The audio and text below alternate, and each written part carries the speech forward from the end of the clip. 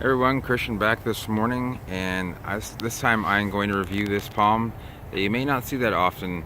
It's quite a weird plant in the fact that where it grows, its type of growth, and its requirements. So this looks kind of like Serenoa. You would think, okay, it looks like a saw palmetto that has a big trunk, or maybe it looks like a Coeluraphe that's been, Perotis palm, the Everglades palm that's been bent over, or even Hyphene, which has, a branching trunk, but it's actually none of those. It's actually Nannorhops ritchiana, which is from Iran, Pakistan, and Afghanistan. I believe there's a couple different types.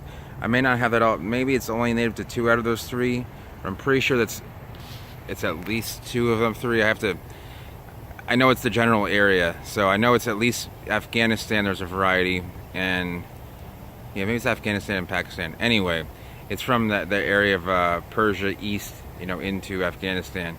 So you can see here that it's actually has been in flower, and if you look at the flowering ones over here, the trunk on the flowering one is actually going to start to die.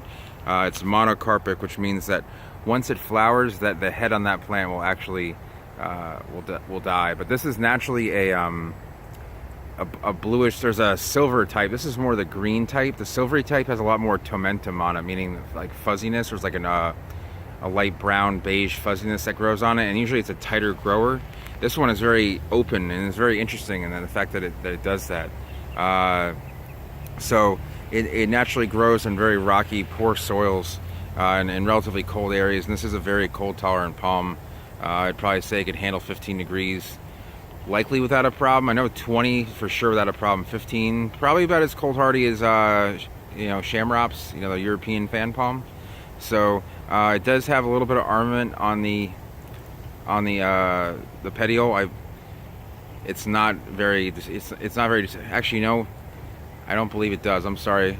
It has a little bit of like bumps on it, but they're not actually spines or arming. So it's relatively easy to brush up again. It's not like a saw palmetto the reason they call it a saw palmetto is because the petiole is literally like a hacksaw. So these don't have that.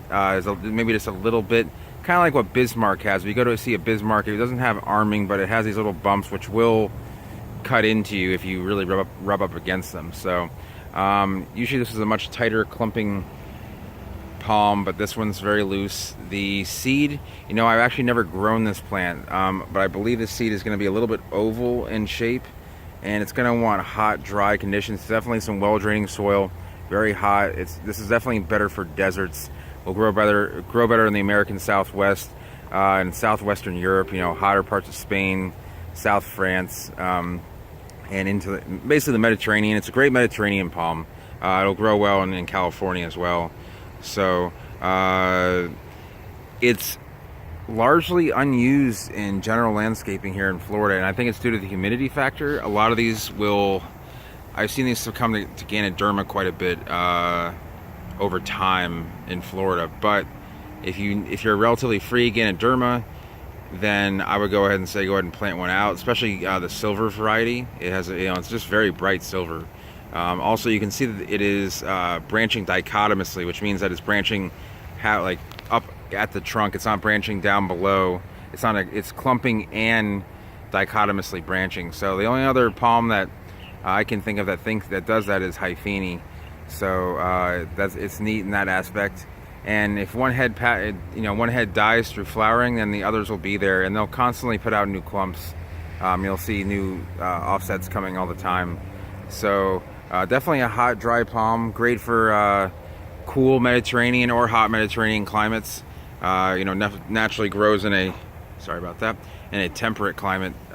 So that's very dry with a lot of sun. So it's relatively easy to get a hold of as far as seed and plants go. It's not, you'd think a plant from Afghanistan would be hard to get a hold of, or from that area, but it's really not that bad. They're not that expensive either. So that's pretty much it for here, the Mazari Nannorhops ritchiana. And I hope you enjoyed this. Hope it was informational to you. That's my intention when I make these videos. If it helped you out, give it a thumbs up. If you have any questions about Nannorhops, go ahead and leave a comment down below. And if you're new to the channel, go ahead and subscribe. and I will put out many more vlogs like this, and there's many from the past and many from the future. So sorry, the morning is definitely getting to me. I have not gotten a ton of sleep, so excuse me if I haven't been too good with my description. So anyway, I'll let you guys go, and have a good morning.